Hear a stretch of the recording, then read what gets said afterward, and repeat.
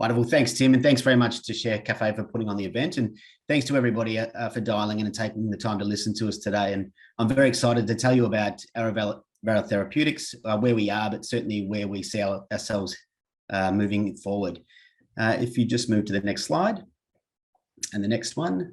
Great. So Arovella is a biotechnology company. And so what that means is we're committed to helping people live longer and healthier lives. And to do that, we're working on creating really groundbreaking technologies that we think can have a big difference in this space, in particular for the conditions Tim just mentioned, oncology, but also conditions that affect the central nervous system.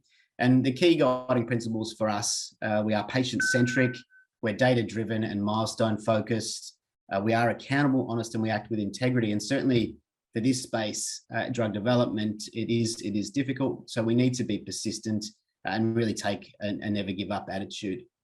Next slide, please. And in terms of the company overview, so as Tim mentioned, we're currently valued at about 25.8 million. We don't think that reflects the value of the technologies that we've got in the company, particularly with an EV of 17 million, as well as the caliber of the people that we've only recently recruited to the team. As of the end of December, we had about $8.8 million cash in the bank, but we are in the process of finalising a fully underwritten $1.5 million SPP. And in terms of our shareholders, we just completed a placement at the beginning of the year, and we're delighted to have a well-known investor in this space, Merchant, join our register. So they've had a number of successes in biotech companies, but importantly for us, they understand the investment horizon and of course the risks, but also the returns that can come with investments in this space. And we're also pleased that we've got a number of, again, sticky institutional and high net worth individuals at the top end of the register. Next slide, please.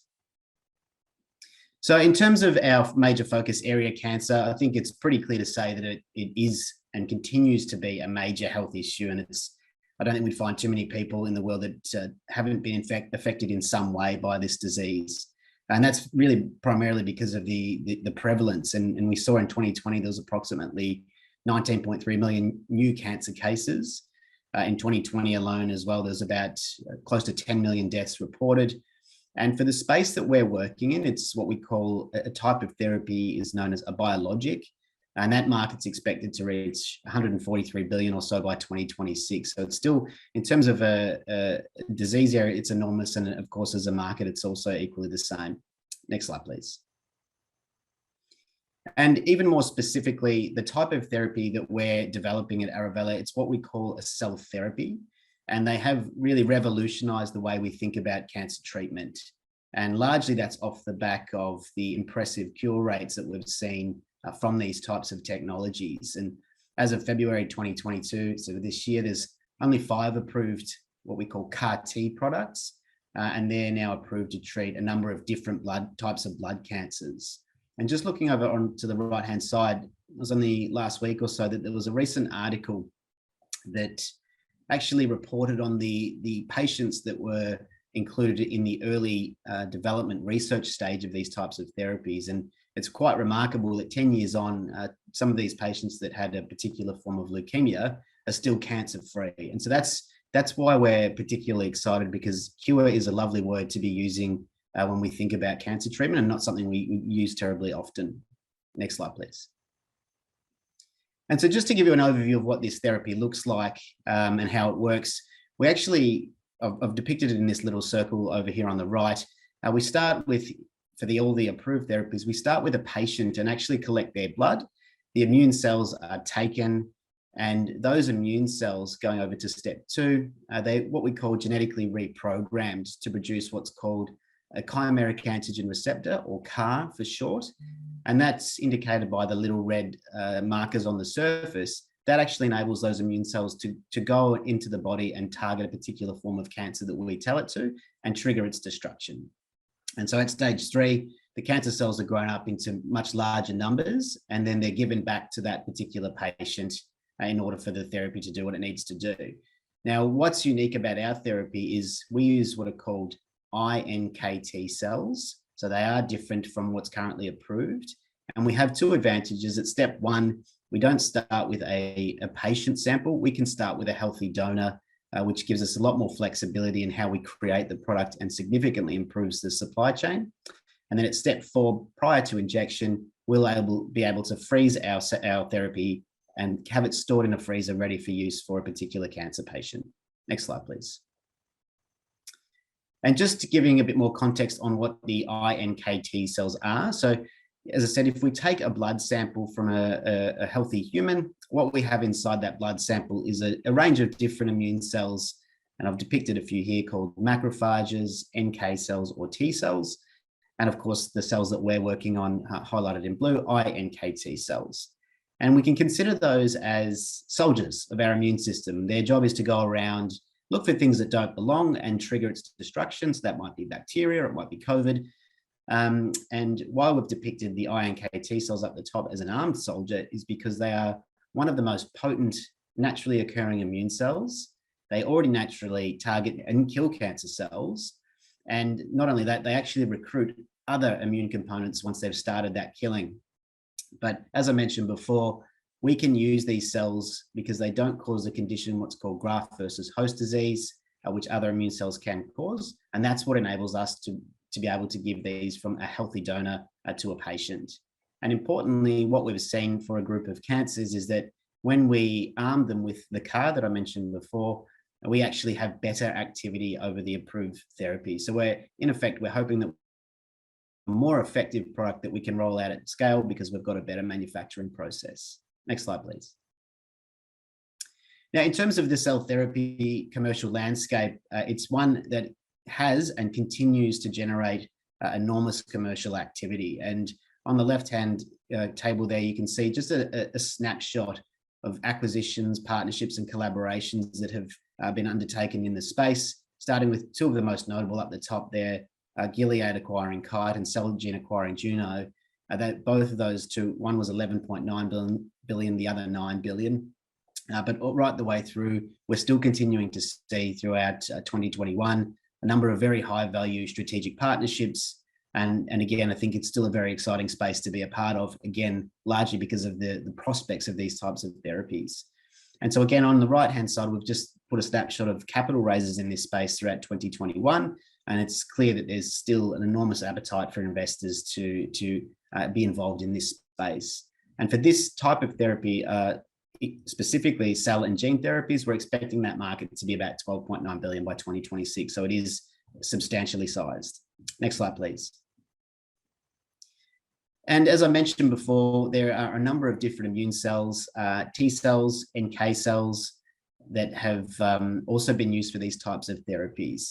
And when we look at the total number of companies for those two types of therapies, it's in the order of hundreds of companies and hundreds of clinical trials ongoing. And so what I'm depicting here on this slide, it's the iNKT cell specific company. And as of today, we believe there are actually only 4 companies working on this particular cell platform. So it does put us in a very unique position. And in the last 8 or 9 months or so, we've seen a fair bit of commercial activity for all of these 4 companies, ranging from strategic partnerships for a total deal value of 875 million for Appear Bio on the far left. They're a preclinical stage company, not expecting to get into the clinic until the end of 2023. So that's when human trials will begin. Cure were acquired for 185 million total deal value in May last year. And Mink recently listed on the NASDAQ, raising 40 million with a valuation of 94 million. And so when we look at Arovella, we licensed our iNKT cell therapy platform technology from Imperial College London, which is a top 10 university worldwide, last year in June. And we also added another monoclonal antibody, which we will use as a CAR from one of the world's best cancer institutes in the world, the MD Anderson Cancer Center. So we do see that we're quite undervalued relative to our peers. Next slide, please. And really equally important for a biotechnology company is having a world-class team. And that's what we've assembled again over the last 8 or 9 months. So our chairman, Paul Hopper, is quite well known in the biotechnology sector in Australia. He currently chairs 4 ASX listed companies, and probably most notable on his record is he guided Viralytics to a $502 million sale to Merck in 2018. Myself, I have a PhD in biochemistry before moving into drug development and venture investing. and then joined Arovella as the CEO in 2020. Now, the next 4 people we have recruited over the last 6 to 8 months. Dr. Deborah Barton is a non-exec director. She's a medical doctor and oncologist by background. She's currently the chief medical officer of Charisma Therapeutics, and they actually just recently announced a deal with Moderna, and that constituted a $45 million upfront payment plus undisclosed milestones. And Dr. Liz Stoner on the bottom left, she's also been appointed as a director, formerly an assistant professor at Cornell University, before moving into large pharma for clinical development. And now she is an executive partner at a well-known biotech-specific venture capital fund in the US, MPM Capital. She was also the interim CEO of a company, Arovella Therapeutics, that was acquired in 2019 for $950 million US. And our last 2 new appointees, Dr. Sandy Buchanan, she's got more than 20 years of experience manufacturing cell therapies. This is one of the key challenges for the field. So we're delighted to have somebody that's been doing this for the bulk of their career. And Dr. Minnie Bharathan, who joined at the beginning of February this year. And we were able to get her out of a well-known cell therapy company, Selectus, but she's also had more than 15 years experience in the field of immunology and more than 12 years specifically developing cell therapies. So we're very pleased with the team that we have assembled. Next slide, please. And in terms of our pipeline, on the cell therapy side of things, we have 2 main targets at the moment. The first up the top is ALLO-101. That's in the preclinical stages, and it's to treat a form of blood cancer called a lymphoma that produces CD19. And as I said, we licensed that technology from Imperial College London. And what we're doing at the moment is working through the stages of manufacturing before we can take that into a phase 1 clinical trial, which is when it first gets used in humans. For ALLO-104, that's the technology that we just acquired from the MD Anderson Cancer Center. It's also in the preclinical stages. And again, we're looking forward to advancing that towards clinical trials. We also have an oral spray platform where we convert drugs from solid dose forms into oral sprays. And our most advanced product in that program is called Zolpimist, which is for short-term insomnia. And we've got 2 commercial partners, Starter for commercialization in Australia and Teva, and we're expecting that to be commercialized in Australia and potentially Chile in 2022. Next slide, please. And I'll just sum up there. I think, as I said, what we've managed to assemble is a company that's got world-leading partnerships with outstanding research institutes and cancer institutes with Imperial College London and the MD Anderson Cancer Center. That gives us an allogeneic or an off-the-shelf platform where we've got now 2 targets to chase after 2 forms of blood cancer and potentially solid tumors. As a group, we will continue to leverage the expertise of the team to source, evaluate, and acquire new innovative technologies. As I said, the team we've built is world-class and we'll continue to build that out. But as an organization, we are very data-driven, using scientific principles to find the technologies and also the clinical areas where we'll move into. But certainly now we see ourselves sitting in a position where we're the only ASX listed company working with this type of platform, the only company worldwide with a CAR that we're using to target the DKK1 peptide from MD Anderson Cancer Center, so that we are positioned nicely for growth. And I'll just pass to the next slide for my contact details, but thanks again to everybody for listening, and thanks to Tim and the team at Share Cafe for putting this on. Thanks, Michael. You've got a well-known founder in Paul Hopper. He's a biotech entrepreneur, and as you said, he's got several successes with virolytics in particular, and he's associated with Imugene, Radio Farm, Chimeric, etc. So he's got quite the portfolio. What role does he play, and what does he bring to the table? Yeah, so he's our chairman, and certainly for myself, learning from somebody like Paul and getting access to relationships and networks is quite important, because we are looking to deal with the best cancer research institutes in the world, and certainly Paul's reputation for a lot of those precedes him. So we've been able to work with a lot of those groups, and it certainly helps when you've got contacts in those institutions already.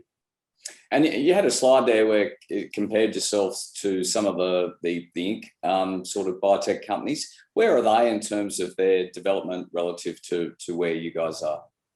Yeah, the first one I showed, Apia Bio, That's actually probably earlier stage than us, not expecting to get to the clinical trial stage of drug development until the end of 2023. We are hoping to reach that point faster.